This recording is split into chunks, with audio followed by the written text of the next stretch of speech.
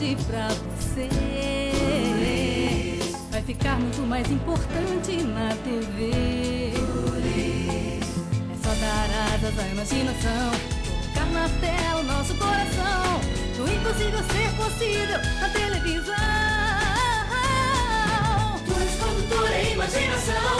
Luz, produtora, imagem e som. Chegou a sua vez de ser a nossa inspiração.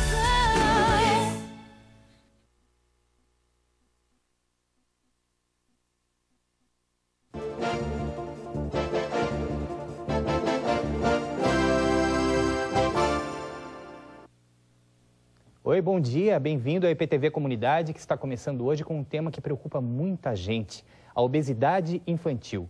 Esse problema, inclusive, é muito mais comum do que a gente imagina. Crianças entre 5 e 9 anos no Brasil, para cada grupo de 3, pelo menos uma está acima do peso. E sabe aquela mania que a gente tem também de achar que criança gordinha é sinal de saúde, se ela está magrinha, está com algum problema de saúde?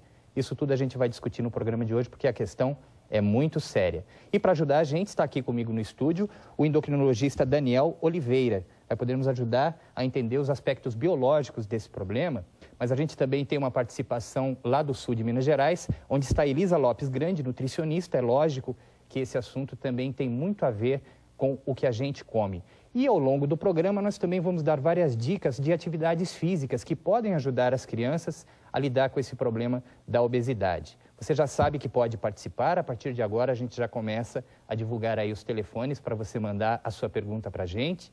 Se preferir, faça isso também pela internet. Quem sabe você não convive com esse problema na sua casa, não é mesmo? Então a gente já vai começando aqui a entrevista. A pergunta que eu teria é o seguinte: a pessoa nasce condenada a ser obesa em alguns casos ou isso não existe? Não existe, é desculpa. De forma alguma, Marcos. A criança não está condenada a estar acima do peso, né?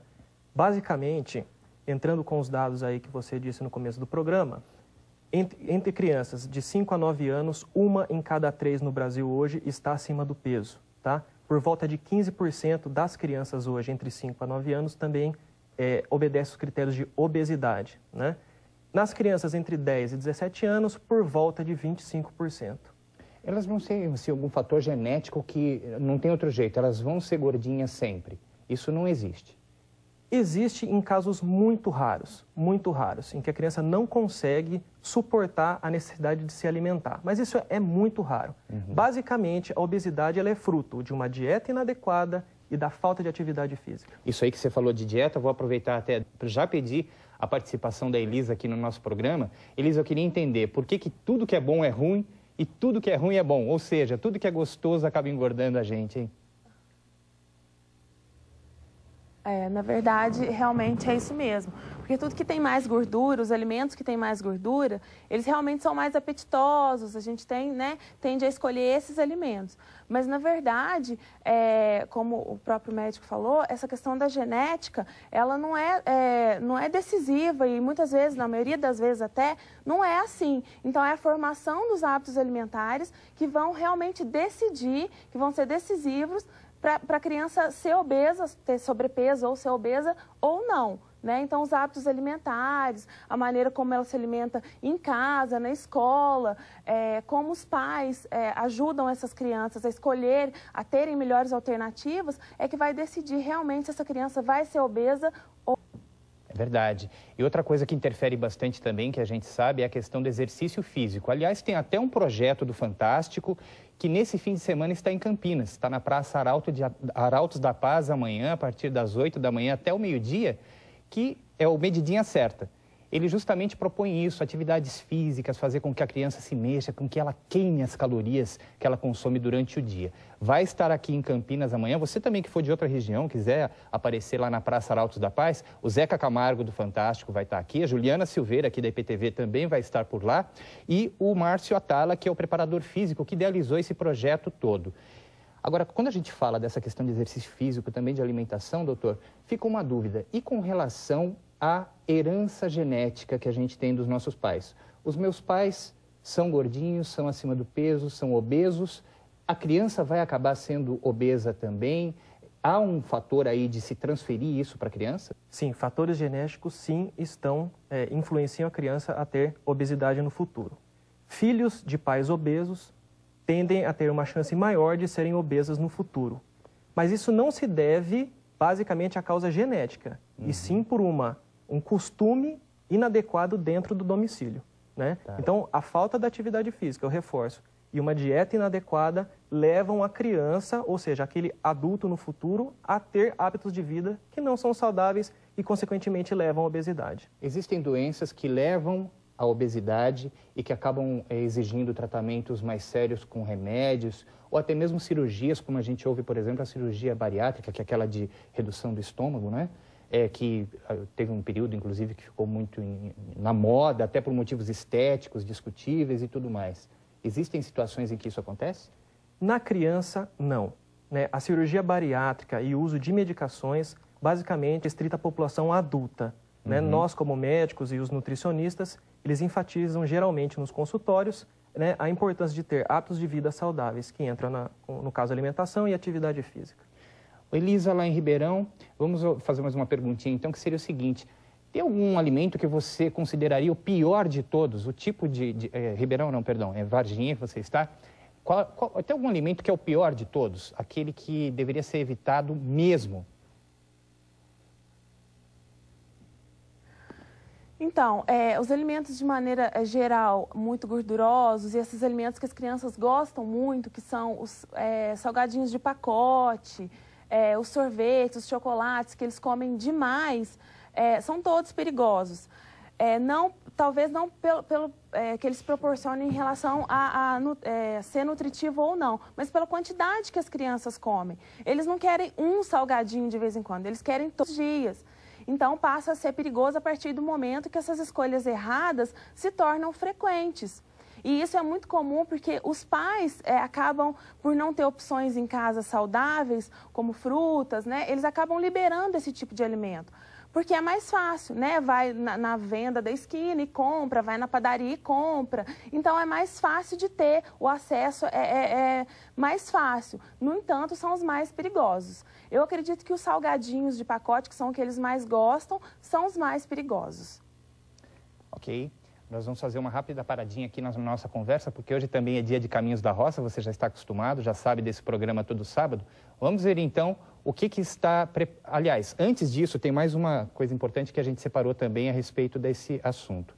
É que nós preparamos uma reportagem com uma família que convive com esse problema. Então, a gente precisa saber aqueles que sofrem na prática os efeitos da obesidade. E essa reportagem mostra para a gente o ouvido pela família. Vamos acompanhar.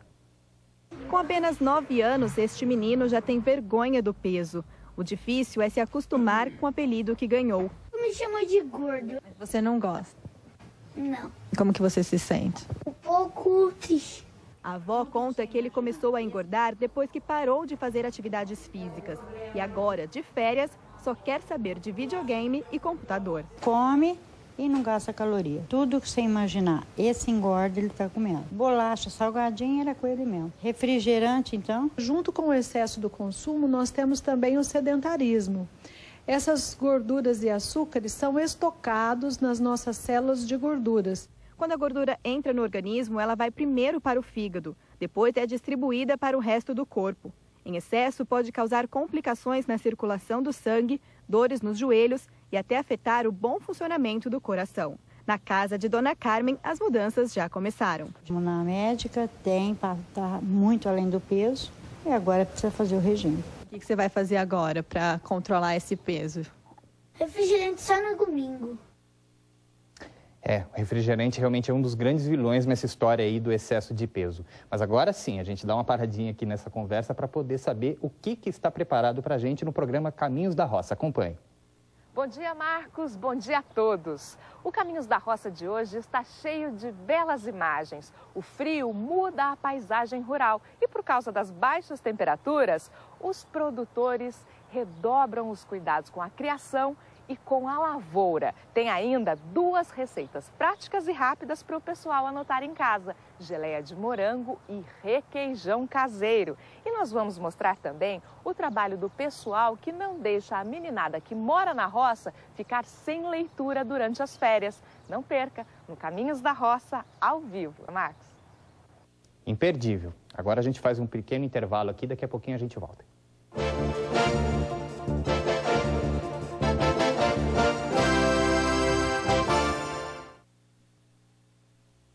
Voltamos com o EPTV Comunidade ao vivo, falando sobre obesidade infantil, excesso de peso nas nossas crianças. Você já sabe que pode participar do programa, mande para a gente então o seu comentário ou a sua pergunta por telefone ou pela internet. Doutor Daniel, existe uma idade em que os pais já podem ficar atentos aos sinais de que a criança vai ter um excesso de peso? Isso é o mais cedo possível? Quando é que a gente já tem que começar a ficar com a anteninha ligada nesse assunto? Sim, desde o início da gravidez já é importante a mãe ficar atenta ao ganho excessivo de peso. Mães que são obesas ou ganharam muito peso durante a gravidez, provavelmente vão ter filhos que tenham obesidade ou sobrepeso. E primeiro ano de vida. Muito do que é oferecido à criança naquele primeiro ano de vida vai ser aquilo que ela vai ser acostumada a se alimentar durante o resto da vida. Então, desde o ventre materno. É importante acompanhar também o próprio desenvolvimento da criança. Existem padrões de medidas de peso e altura para cada faixa de idade? Existem. Geralmente, o pediatra, quando faz a avaliação clínica das crianças no consultório, ele coloca naquela curva de crescimento, de peso e altura. Dependendo em que percentil ela está nessa curva, ela pode já informar a mãe se ela está acima ou abaixo do peso. Geralmente é pela curva de crescimento. Pois é, a gente falando aqui dessa questão, inclusive das crianças que não fazem muitas atividades físicas, hoje em dia estão muito acostumadas com aquela questão do computador, ficar na internet, ficar na televisão. A gente preparou também algum material a respeito disso para dar umas dicas de exercícios físicos, de práticas saudáveis para as crianças se mexerem. Então nós vamos até a região central do estado, a Alessandra Cuba, em São Carlos. Bom dia, Alessandra. O negócio é se mexer, né? Não dá para ficar parado. Pois é, Marcos, bom dia para você de casa. Mas olha, Marcos, a primeira dica, não basta se mexer, é preciso que as crianças se divirtam. Então, atividades com horários marcados, tipo natação, artes marciais, são indicadas a partir de 3, 4 anos. Mas é importante, mais uma vez, que elas se divirtam durante esses exercícios. Mesmo porque pra gente, quando a gente tem que fazer alguma coisa obrigada, é chato, imagina pra elas, né, Cecília? Exatamente, nós como os adultos precisamos dar o exemplo, Então a gente precisa incentivar e motivar que essas crianças pratiquem atividade física. E são atividades como essas que a gente está vendo aqui, Pular corda, andar de bicicleta, tão comuns na nossa infância, Exatamente, atividades simples como pular corda, jogar bola, andar de bicicleta, andar de skate, já vão gerar um gasto energético que essas crianças precisam.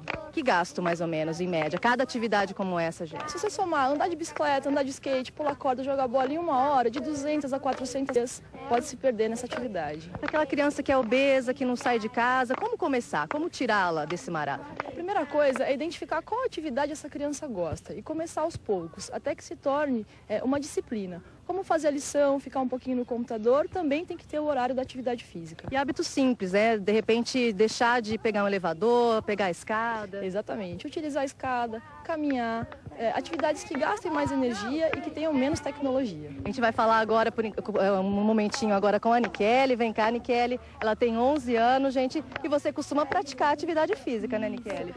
Eu faço natação, eu jogo vôlei, eu jogo bola. Quantas vezes por semana? Só no final de semana, que é o único dia que dá tempo. Legal, Nikele. Não é o ideal, fazer uma vez por semana. Qual que seria o ideal? Exatamente. Se possível, incentivar a praticar atividade todos os dias, No mínimo 3 vezes na semana, mas todos os dias para essa idade seria ideal. Ok, então, muito obrigada. Marcos, é com você.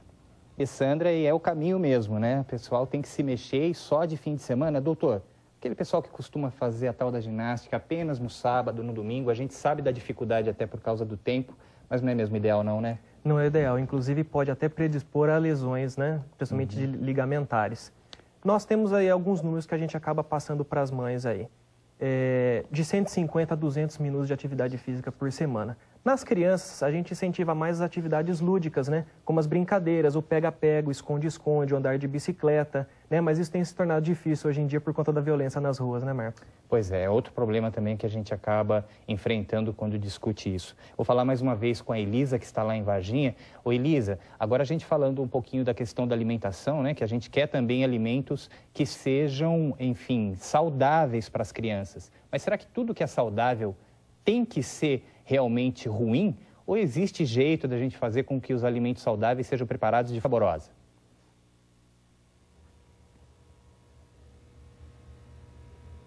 De modo algum. Da mesma maneira que a atividade física, para as crianças terem uma boa adesão, é preciso que elas gostem de fazer atividade física, é preciso ter prazer, a alimentação é a mesma coisa. E é possível sim.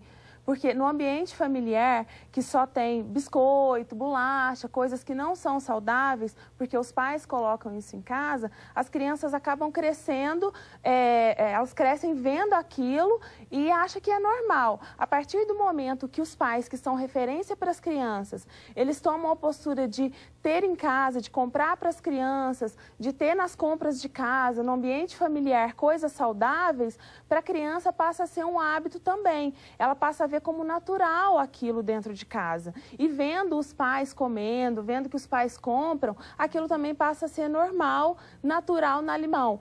Então, acaba que os pais podem criar recursos para essas crianças gostarem mais dessa alimentação saudável. Então, de repente, a mãe ir para a cozinha com a criança, fazer um sanduíche que seja natural, fazer uma salada de fruta, né? Colocar essa criança para fazer o lanche que ela vai comer é uma tática muito bacana e muito eficiente no sentido de fazer com que essa criança entenda que ela precisa se alimentar melhor, que ela precisa ter uma boa alimentação e um bom hábito. Né? Então, de repente, ela tá com esse hábito errado porque ela não tem exemplos em casa que façam com que ela tenha vontade de se alimentar bem. Porque na escola, hoje em dia, a gente sabe, com a merenda escolar, com a mudança da merenda escolar, com a lei da alimentação, da agricultura familiar, a gente sabe que essa criança ela tem a possibilidade de se alimentar bem na escola, mas só na escola ainda é pouco, porque em casa ela precisa do exemplo dos pais, dos irmãos mais velhos, pessoas que ela convive normalmente em casa. Então, é muito importante que os pais e as pessoas que estão em casa mostrem para essa criança o quão importante é ela se alimentar de maneira correta. É isso aí, tá certo. Obrigado, então, pelas informações, pela sua participação hoje aqui no EPTV Comunidade. E a gente falando disso, então, doutor, quer dizer, parece que não dá para a criança ficar saudável sozinha, né? Os pais têm que ficar saudáveis primeiro, para depois as crianças, até vendo o ótimo exemplo, acabem seguindo. Você tem toda a razão, Marcos.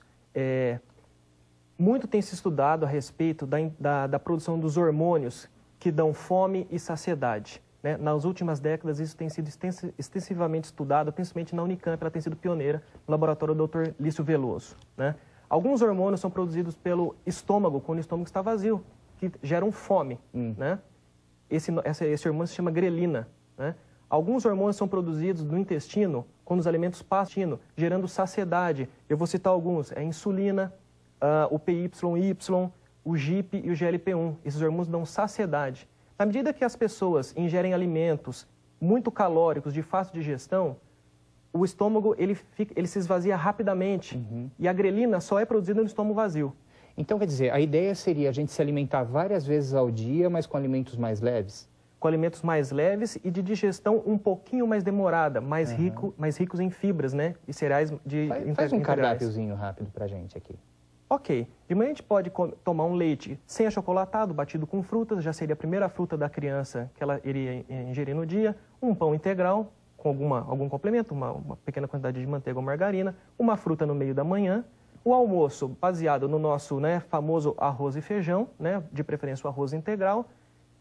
Grande quantidade de verduras e legumes e uma pequena porção de carne. Uma outra fruta no meio da tarde, estar basicamente idêntico aí ao almoço. Simples, sem muito rodeio.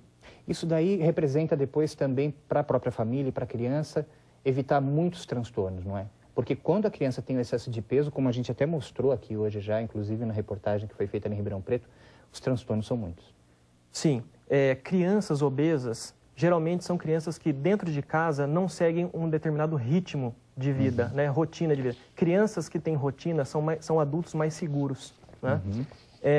E essas crianças obesas, elas tendem a ter a baixa estima mais baixa. Baixa autoestima. Baixa autoestima, quer dizer, tem que lidar com isso também. Daniel, muito obrigado pela sua presença hoje aqui no EPTV Comunidade. Tenho certeza que teve muitas famílias aí atentas nas orientações que você e também os nossos outros entrevistados passaram. Obrigado mesmo.